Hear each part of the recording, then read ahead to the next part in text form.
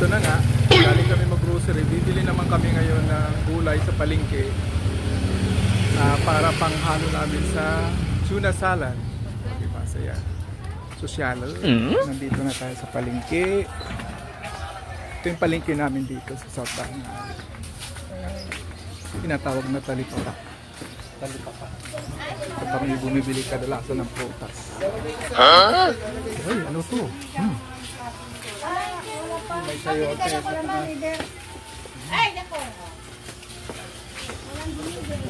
Medyo konti pa lang yung tao ngayon kasi tuwing hapon talaga yung nagbibenta dito mga sariwang isda, kami. Pero sa umaga, kabaliktaran wala. Konti na lang. So nandito na kami sa bibilhan namin ng gulay. At ito, konti na lang namin inabutan namin. Wala nang pagpipilian. Sige, yan, kunin na lang natin. Kunin na lang namin ito. Pahingi na lang. Maliligo na ako pag Pahingi. 57 po. 57. Nabayaran ko na. At least umabot tayo. Last drip. Okay, uwi na kami. Hello! Hello! Lupa mo na. Samahan nyo kami na maggawa ng tuna sandwich. Ito nga pala yung ano namin dito. Yung ginagamit ng asawa ko, yung cameraman, asawa ko yan. Ito yung sa kanya. Ito yung coffee ko. Coffee ko na ginagamit. Yung, ano ba ito ba yung coffee na ito? Yung nilagay natin dyan?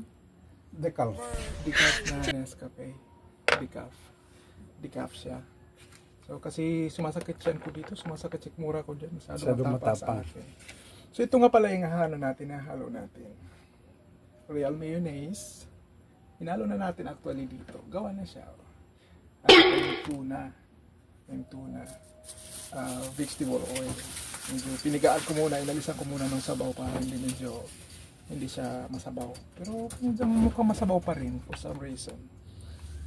Baka pamaya pag lumamig, mawawala na yung sabaw niyan. So, itong gagawin natin, hugasan natin ito. Hugasan natin ito. Para hindi siya! Medyo lang na yung gulay kasi ano na to eh. Last na to, last drop na to sa palengke. Yung namin naabutan. Ilang talas.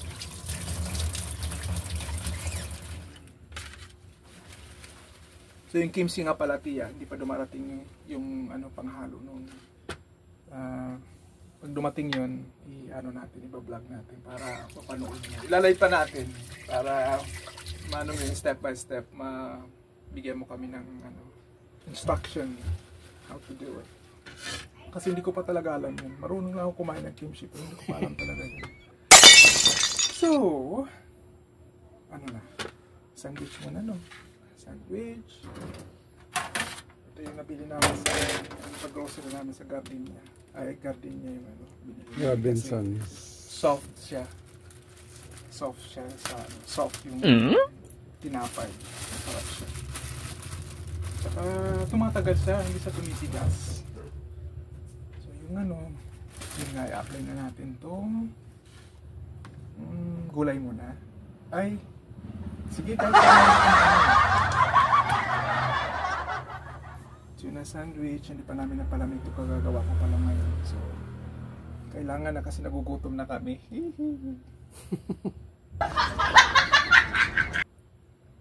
Yan. Lagyan natin yan. May mustard doon, kaya lang ayaw nila ng mustard. Ako lang yung may gusto ng mustard. Pero para sa akin parang hindi yata bagay mustard dyan. Lagyan natin ito ng mga whole thing. Sayang kasi kung okay naman siya. So, ilagay na lang natin dito. Tapos yun na. Gora na yun. So yun na nga guys. Ganun pa rin gagawin ko. So yun, pagkatapos nito lalapang na kami, kaya ayaw namin manood kayo maglapang, baka kayo maghingi. Di ba be? Oh. Hirap na. Ito lang yung namin, tapos panghingi ka.